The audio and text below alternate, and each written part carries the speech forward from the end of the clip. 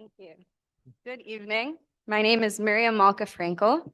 And before I begin, I would like to thank the City Council men and women for allowing me the platform and time to speak and represent what I and many of the Jewish women like me have been silenced on for too long. With the threat of trendy activism currently infecting our community and mass digital spaces, the Israeli-Palestinian conflict stands out as a stark reminder of the dangers of oversimplification, the unresearched hive mind, and misrepresentation of truth. Geopolitical issues reduced to rhyming slogans do a major disservice to the depth and complexity that define such conflicts. The bandwagon effect, encouraged and strengthened by Hamas supporters, often promote a surface-level understanding where push notifications and social media posts are taken as undeniable truth, regardless of how reflective of historical or evidential fact they are, and where documented occurrences such as the rape and slaughter of Jewish women on October 7th are laughed off as cinematic masterpieces. As a feminist and current student at Binghamton University, I initially assumed all women, regardless of ethnic, religious, or other demographics, would agree on the significance of believing all survivors when they share their stories of assault and rape, both Israeli and Palestinian. I hoped that despite our political differences, we could all unite under the banner of equality and elevate the voices of women and men affected by violence. However, after experiencing the aftermath of October 7th, I see the truth. Many individuals who claim the title feminist and peace pursuer are incorrectly labeled. These individuals do not stand up for all women and rather use selective activism as a platform to spread their politics and harmful rhetoric. I, on the other hand, am concerned for the justice and rights of all women and men.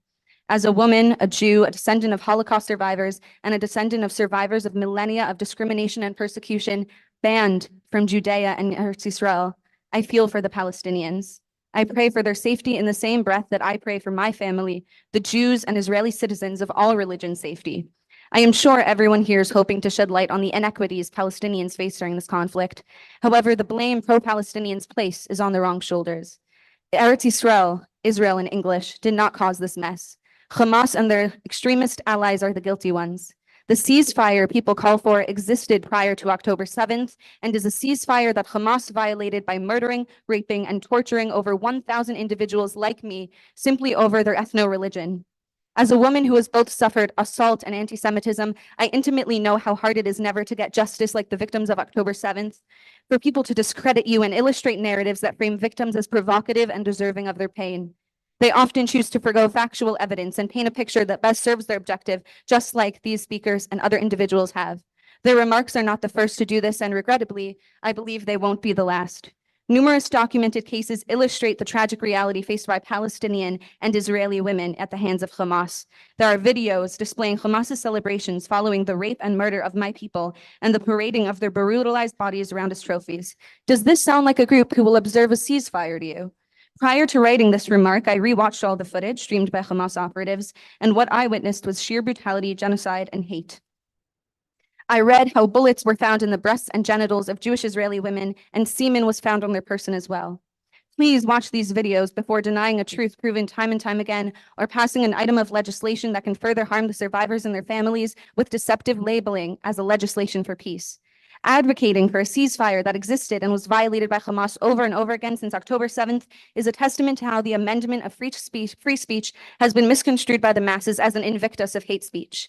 How an environment has formed where even the least educated and affected individuals can share their anti-Semitic rhetoric with little to no facts to support their claims. As I'm sure you agree, council members, it's crucial to recognize that these assaults and war crimes by Hamas and their allies extend far beyond a single date, such as October 7th, and are indicative of broader patterns of violence.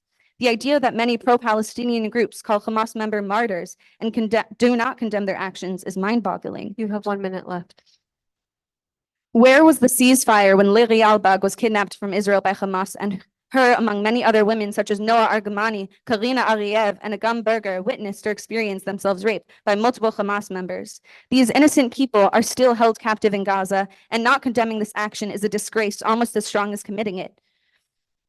So to anyone who does not call for the freeing of hostages among a call for ceasefire, I say to you exactly what my ancestor Moses said to Pharaoh in Exodus: "Let my people go." Thank you. Thank you.